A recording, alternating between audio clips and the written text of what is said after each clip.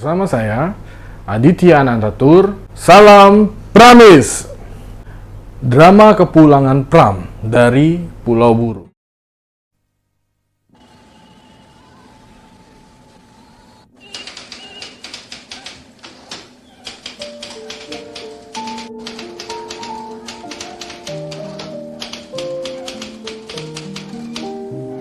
Mr. Pramudia, I wonder if you could tell us what your reaction was when the government announced that they were going to ban your two books last May. Saya sama sekali tidak heran, karena di zaman kolonial waktu saya berumur 10 tahun, saya melihat sendiri buku-buku ayah saya disita dan dilarang. I'm not very surprised at all. My father in the colonial time had the same experience. Many of his books were confiscated and banned also. But do you think that the reasons which were given by the Attorney General for the banning of the books, i.e. that they promoted Marxist-Leninism even if in a rather subtle way, do you think these reasons were justified? Apakah larangan yang alasan untuk melarang ini yang mengungkapkan, mempropagandakan Marxisme-Leninisme, apakah itu benar? Menurut pendapat saya itu omong kosong. To my opinion, it's nonsense.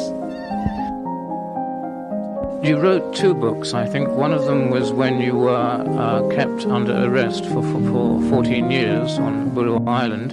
Are you planning to write a third book, and do you think that will also be banned? Dia tanya, Bung menulis 2 buku waktu di dalam tahanan. Apakah akan menulis lagi buku-buku? Ya, saya seorang pengarang dan akan terus menulis.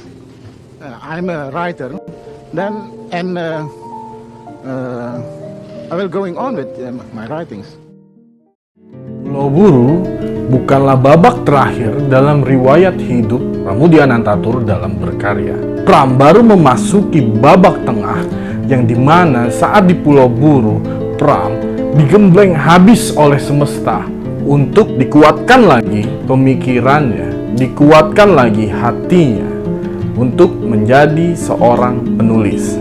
Dan kesadaran Pram ini membentuk pikiran Pram untuk menjunjung tinggi nilai kemanusiaan, nilai keadilan, dan kebenaran yang harus ia ungkap untuk generasi-generasi mendatang. Karya-karya Pram merupakan warisan untuk dunia karena Pram menulis tidak semena-mena ia karang. Tulisan-tulisan Pram selalu mengandung nilai historis, peristiwa, dan keadaan pada saat itu. Dan karena sebab itulah, ketika kita membaca buku Pram, kita turut masuk ke dalam dimensinya dan masuk ke dalam ceritanya. Karya-karya fenomenal yang ia selesaikan di Pulau Buru itu adalah tetralogi Bumi Manusia, Anak Semua Bangsa, Jejak Langkah, dan Rumah Kaca. Juga ada beberapa naskah yang lain yang ia selesaikan. Di antaranya Perawan dalam Cengkraman Militer, lalu Drama Mangir, dan Mata Pusaran yang sebagian teksnya hilang pada saat Pram kembali ke Jakarta. Nah, masalah ini nanti akan kita bahas di lain waktu. Pada tahun 1977 tersiar kabar bahwa para tapol di Pulau Buru akan dikembalikan lagi ke keluarganya. Berita ini seperti air yang mengalir tanpa ada hambatan. Melalui media televisi dan surat kabar, berita ini sampai kepada para keluarga tapol. Kepulangan para tapol ini juga atas desakan Amnesty International dan rekomendasi dari mantan Presiden Amerika Serikat Jimmy Carter yang mendesak pemerintah Indonesia bahwa pembuangan tapol ke Pulau Buru adalah tindakan yang keji dan melanggar HAM. Dan beberapa pertimbangan pemerintah yang disampaikan oleh Ketua DPR MPR Adam Malik saat menerima delegasi Badan Kontak Eksponden Angkatan 66 pada 6 Desember 1977 mengatakan pelepasan tahanan G30 SPKI bisa diterima demi alasan kemanusiaan dan dari segi agama, kemanusiaan, dan tidak ada pasalnya atau alasan untuk menahan mereka seterusnya. Sumber Kompas 7 Desember tahun 1977. Keluarga Pram juga mendengar kabar bahwa para tapol Pulau Buru akan dikembalikan lagi ke keluarganya. Namun kepulangan para tapol ini akan diurut menjadi beberapa gelombang.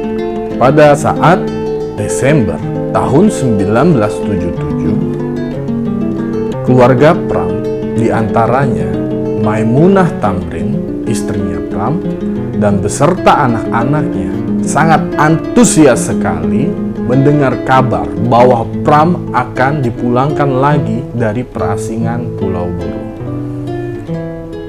Dan keharuan ini membuat suasana menjadi sangat romantis. 14 tahun menanti rindu tidak bertemu seorang suami dan seorang ayah yang memeluk mereka dan bercanda hangat khas keluarga idaman.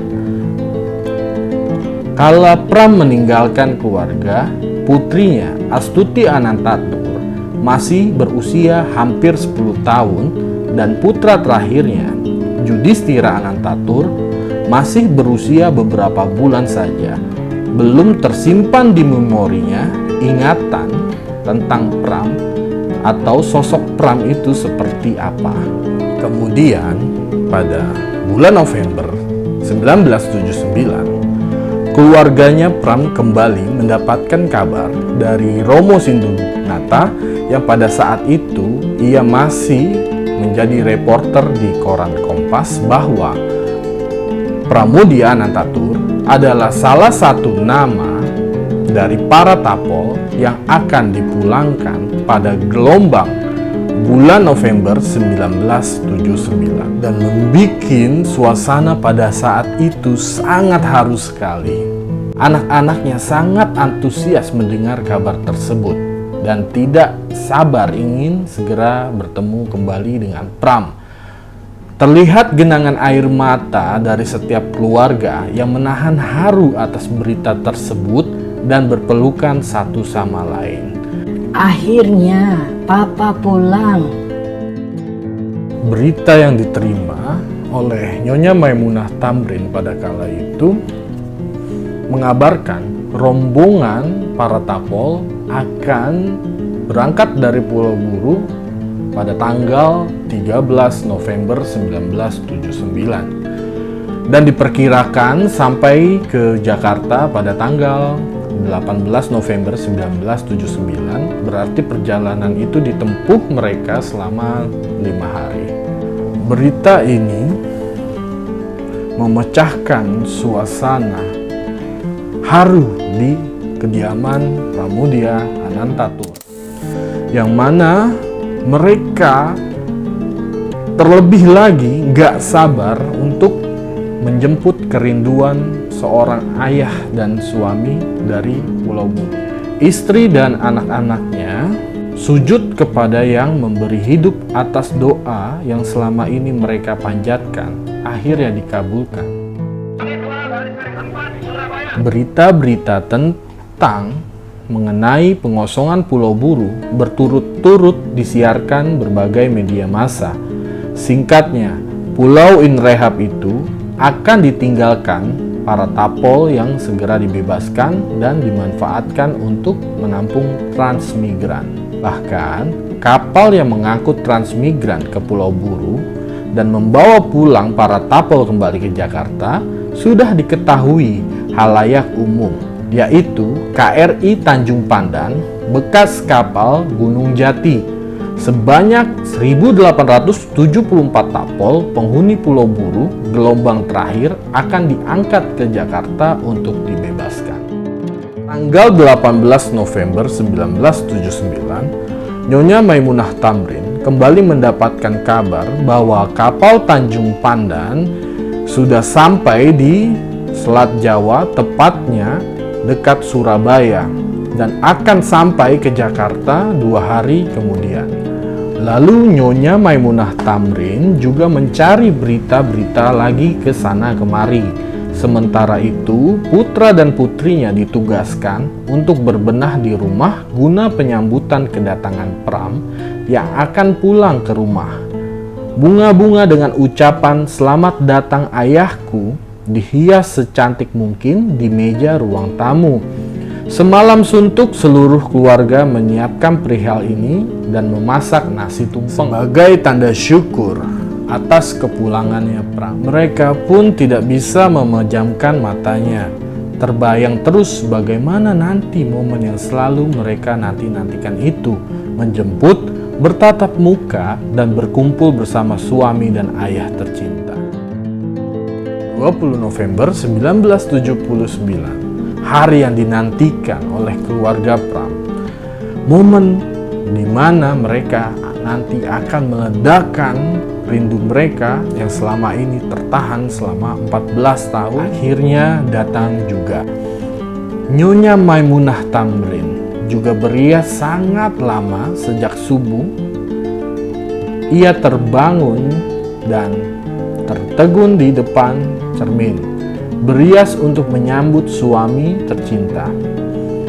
Pada jam 7.00, mereka, istri dan anak-anak Pram, berangkat ke Pelabuhan Tanjung Priuk, Jakarta Utara.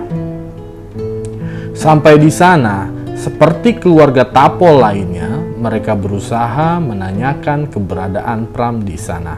Ketika para tapol menuruni tangga kapal, semua perhatian mereka diarahkan ke situ. Kemudian, dari tapol pertama sampai dengan tapol terakhir menuruni anak tangga kapal, tidak terlihat juga Pram berada di sana. Masih belum puas, Nyonya Maimunah Tamrin beserta anak-anaknya mengikuti rombongan ke Gelanggang Remaja Jakarta Utara, berharap bisa menemukan Pram di sana. Satu persatu kendaraan yang membawa tapol tersebut mereka teliti, namun tidak didapatkan juga Pram pada rombongan tersebut. Jika ditanya ke sana kemari, barulah diketahui bahwa Pram dipisahkan dari rombongan ini. Di antara luapan kegirangan keluarga tapol lainnya yang menemukan lagi anak, suami, dan keluarga mereka, Nyonya Maimunah Tamrin dan anak-anaknya mencucurkan air mata kekecewaan. Seusai upacara pelepasan di Gelanggang Remaja Jakarta Utara, mereka yang belum menemukan kepastian, mereka pun mendekati Kas Kopkamtib Jenderal Yoga Sugama di tengah kerumunan. Jenderal Yoga Sugama pun menjawab, "Sabar, tunggu saja. Ia tidak ada di Jakarta. Pokoknya ada di Pulau Jawa ini." Bersama 40 tapol lainnya, Pram dipisahkan dari rombongan tanggal 17 November tahun 1979. Tepatnya pada malam hari di Laut Jawa dekat kota Surabaya. Di antaranya Pramudia Anantatur, Rifai Apin, Hasim Rahman, Karel Supit, dan lain-lain. Mereka akan direncanakan ditempatkan di rumah tahanan Nirbaya, Pondok Gede, Jakarta Timur.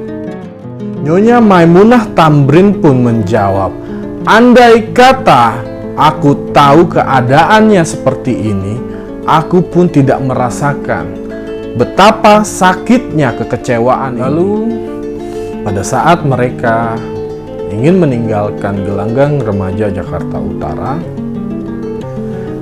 ada salah satu tapol yang mengenali Pram dan beliau memberikan informasi bernama Basuki Effendi. Jika Pram tidak ada dalam rombongan tersebut, pihak keluarga diminta menghubungi Amnesty International. Dibantu pihak Amnesty International, mereka membantu menghubungi pihak dari Komkamtib agar Pram dan Tapol lainnya untuk dikembalikan sesegera mungkin kepada keluarganya. Baru setelah itu, keluarga Pram mendapatkan informasi bahwa akan ada gelombang kepulangan Tapol berikutnya pada bulan Desember 1979. Kemudian pada Desember tahun 1979, mereka kembali menjemput Pram di Rutan Salemba berdasarkan informasi yang mereka terima bahwa Pram dan para Tapol lainnya akan datang dan bisa dijemput di Rutan Salemba itu. Setibanya keluarga Pram di Rutan Salemba, mereka menunggu barisan truk yang parkir, namun tidak terlihat pula batang hidungnya Pram pada saat itu. Namun salah satu putrinya, yaitu Astuti Anantatur, berlari dan berteriak ke setiap truk yang parkir di sana. Namun ada salah satu Tapol yang bertanya kepada Astuti, "Siapa nama bapakmu?" "Nama bapakku Pramudia Anantatur." Lalu dijawab kembali oleh bapak-bapak tersebut, "Oh, Pram ada di sana, di truk sebelah sana." Seketika itu keluarganya Pram langsung berlari ke truk yang ditunjukkan oleh bapak-bapak itu. Sambil histeris, mereka berteriak memanggil nama Pram, "Papi, papi, papi!" Dan nampak seorang laki-laki di atas truk di ujung paling terakhir sedang membaca buku. Namun Astuti Anantatur kembali berteriak, "Papi, papi, ini aku, anakmu." Lalu Pram turun dari truk yang ditumpangi dan melihat istrinya Maimunah Tamrin. Pandangan pertama yang ia lihat pada saat itu, Pram hanya melihat dengan ekspresi yang datar dan kebingungan sambil meyakinkan hatinya bahwa yang ada di hadapannya adalah istri dan anak-anaknya. Kemudian Pram dimantapkan lagi dengan pernyataan Astuti yang berbicara kepadanya bahwa dia adalah anaknya Astuti Anantatur. Baru Pram yakin yang ada di hadapannya itu adalah benar keluarganya. Drama kepulangan Pram ini sangat dramatis sekali dan membuat hati tersayat-sayat karena mereka sudah menantikan seorang suami, seorang ayah yang sebelumnya mendapatkan informasi bahwa Pram akan pulang pada bulan November 1979. Namun pada saat mereka menjemput di Pelabuhan Tanjung Priuk, Jakarta Utara, lalu diikutinya rombongan ke Gelanggang Remaja, Jakarta Utara, tidak ditemukan. Bagaimana perasaan mereka pada saat itu? Sangat teriris sekali. Pastinya kekecewaan membelenggu hati mereka, dan mungkin pada benak mereka pada saat itu berkata, Pram tidak akan pulang. Pram tidak akan pulang.